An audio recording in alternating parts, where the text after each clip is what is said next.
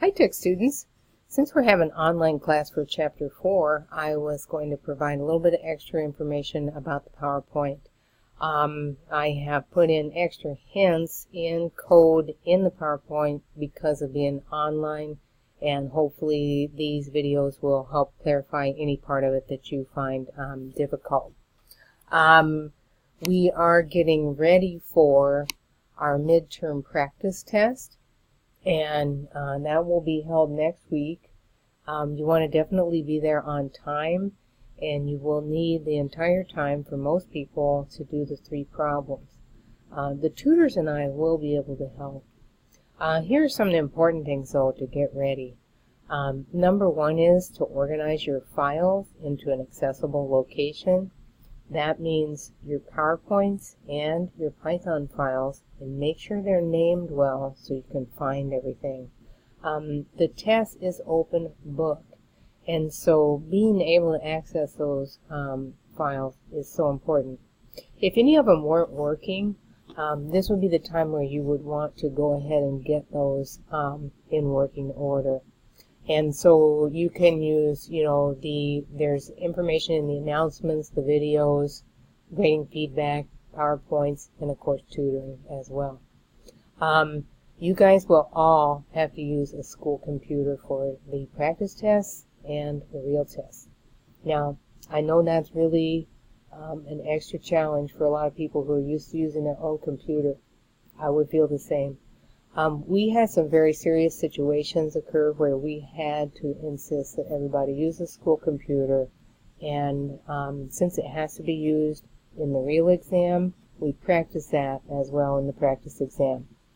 So make sure all your files would either be on a flash drive or in OneDrive so that you can get to them, and you don't want to take up time in the test period to, try to get a hold of your files. All right.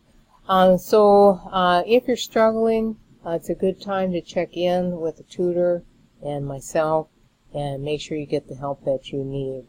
Also looking in on those resources like Python Tutor, and as well I'm mentioning today is we actually have another textbook that was recommended.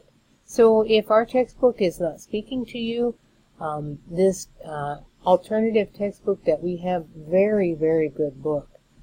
It's more topic oriented rather than having more of a sample project. It's very focused on individual topics, and so for that reason sometimes it goes more in depth. So Coding That, which is the website I had recommended, reminds me a little bit of this, our recommended second textbook.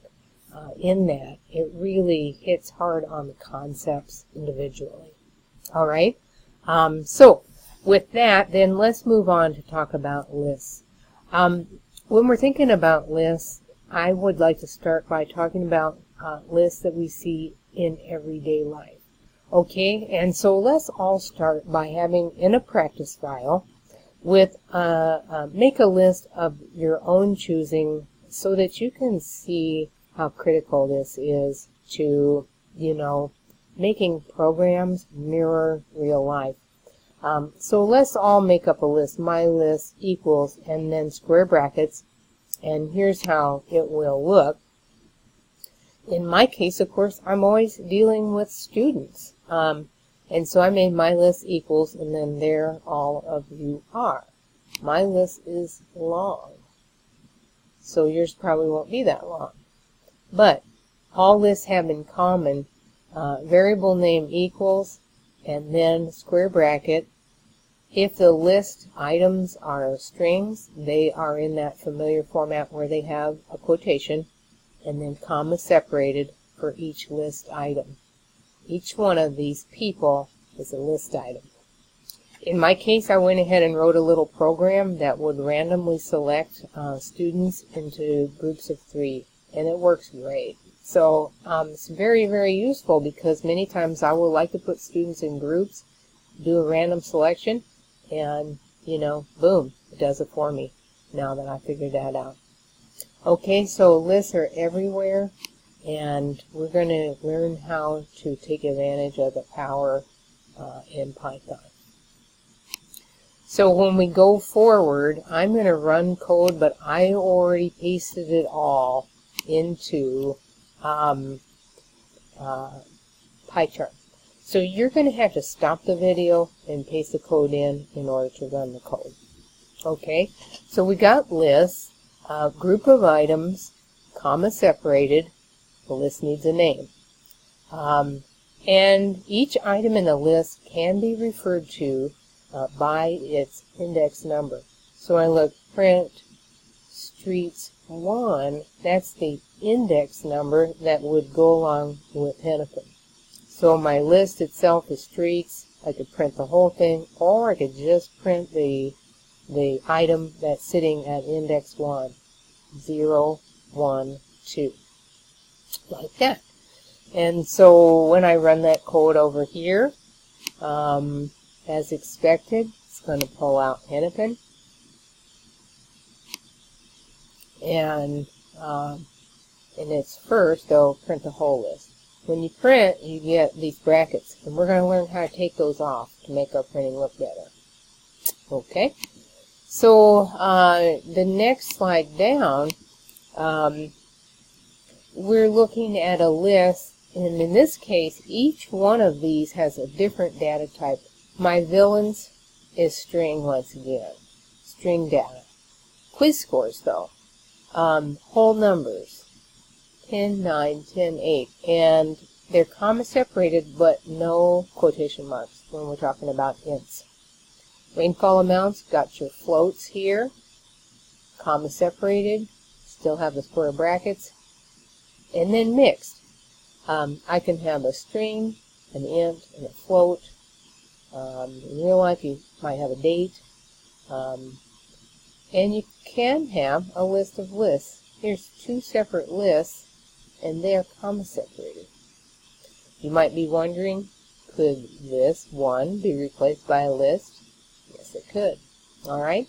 So thankfully, we won't be doing that, but we will be handling some situation that's a list of lists, or lists that contain lists.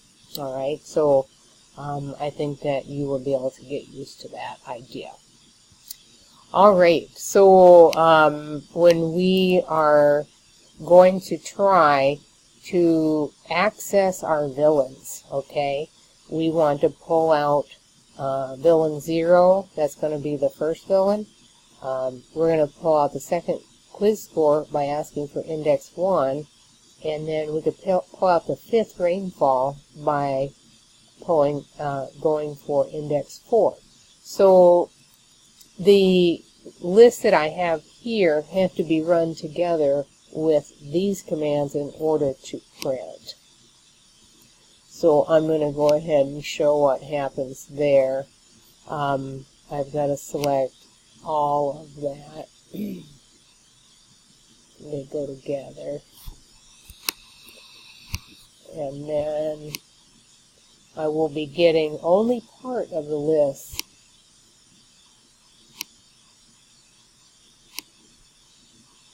So I'm getting my first villain, I'm getting my second quiz score, and my fifth rainfall amount. Now, what if these three items that we are looking at needed to change?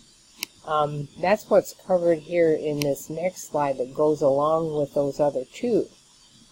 In this case, we say we're going to make villains 0, that's the first item in the villains list, equal to a different villain. And we're going to change quiz score 1 to be a 10 rather than 9. Change rainfall amounts in the fifth position to be 1.2. And so that's kind of interesting. So as here, Voldemort 9 and 0.6, what's going to happen here is reassignment. And all of a sudden, we got Catwoman, we've got a 10, we got all 10s, no 9, and then that 0.6 has been replaced. So you use the index of the list not just to see that item, but to operate on it. You can perform a lot of operations by referencing the index. And we're going to do that in our assignments. All right? So it's worth our time to take note of the fact that lists and strings, they have a lot in common. A lot of the same techniques will work for strings and lists. So these are all string operations. Street, first letter, third letter, slice, and street times 3. These are all print commands. So you could run those, and you'll see what comes out of them. But these are some of the things we have done before. So let's look at how that works with a list. This time we have all these plural, streets, okay? So 3 items. And then we pull them out the same way though. See, variable name, and index number. That pertain to the H. In this case, streets 0 is pertaining to 11th. Now, the slicing we haven't done as much, but that's just pulling out part of, in this case, a string, and in this case, a list. And you'll notice is that this 3, you say, well, 0, 1, 2, there is no index 3. So, this is very much like range, where you go 1 above to pull out the item that would be last in line. Okay? And it's worth noting print len street and print len streets. This will count up the letters in Hennepin, whereas this will count the list items. So this will return 3 because we have 3 items.